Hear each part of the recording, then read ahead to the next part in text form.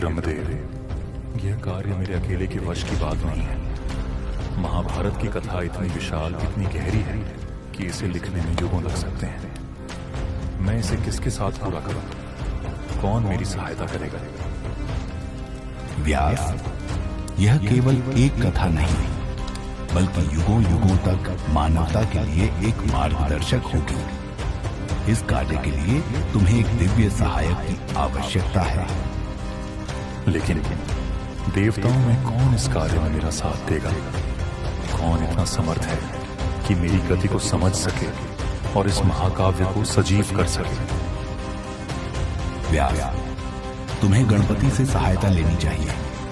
वे न केवल ज्ञान और विवेक के प्रतीक हैं, बल्कि उनका धैर्य और बुद्धिमत्ता इस कार्य को पूर्ण करने में तुम्हारे लिए अमूल्य सिद्ध होगा।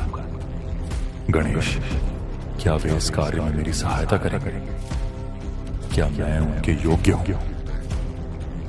गणपति करुणा के सागर है। वे तुम्हारी भक्ति और संकल्प को देखेंगे।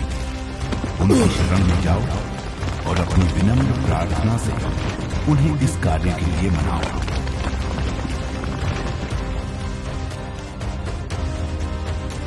यदि गणेश ही मेरी सहायता कर सकते हैं तो मैं उनके पास जाऊंगा, चाहे बर्फीले पर्वत हो या दुर्गम मार्ग। मैं उन्हें ढूंढने के लिए हर प्रयास करूंगा।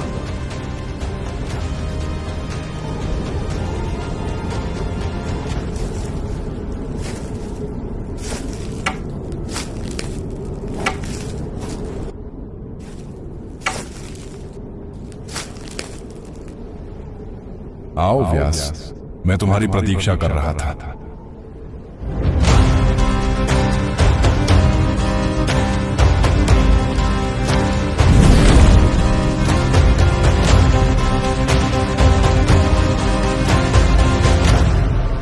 प्रभु गणेश, आपको मेरा सादर प्रणाम।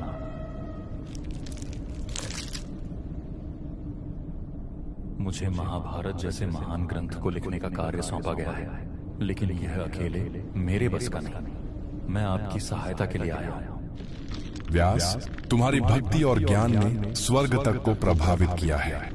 मैं तुम्हारी सहायता करूंगा, लेकिन मेरी एक शर्त है। कृपया बताइए प्रभु, आपकी क्या शर्त है? मैं बिना रुके लिखूंगा, लेकिन तुम्हें बिना झिझक और बिना रुके कथा सुनानी होगी। यदि तुम रुके तो मैं लिखना बंद कर दूंगा। यह उचित है प्रभु, लेकिन मेरी भी एक विनती है। यह कथा केवल वर्तमान के लिए नहीं है, यह आने वाले युगों के लिए भी है। इसकी गहराई और अर्थ कभी खोने नहीं चाहिए। इसलिए मैं कुछ श्लोक जटिल बनाऊंगा। आप उन्हें तभी लिखें जब आप उनका अर्थ समझ लें। बहुत चतुर हो तुम व्यास। मुझे यह शर्त भी स्वीकार है। आओ व्यास।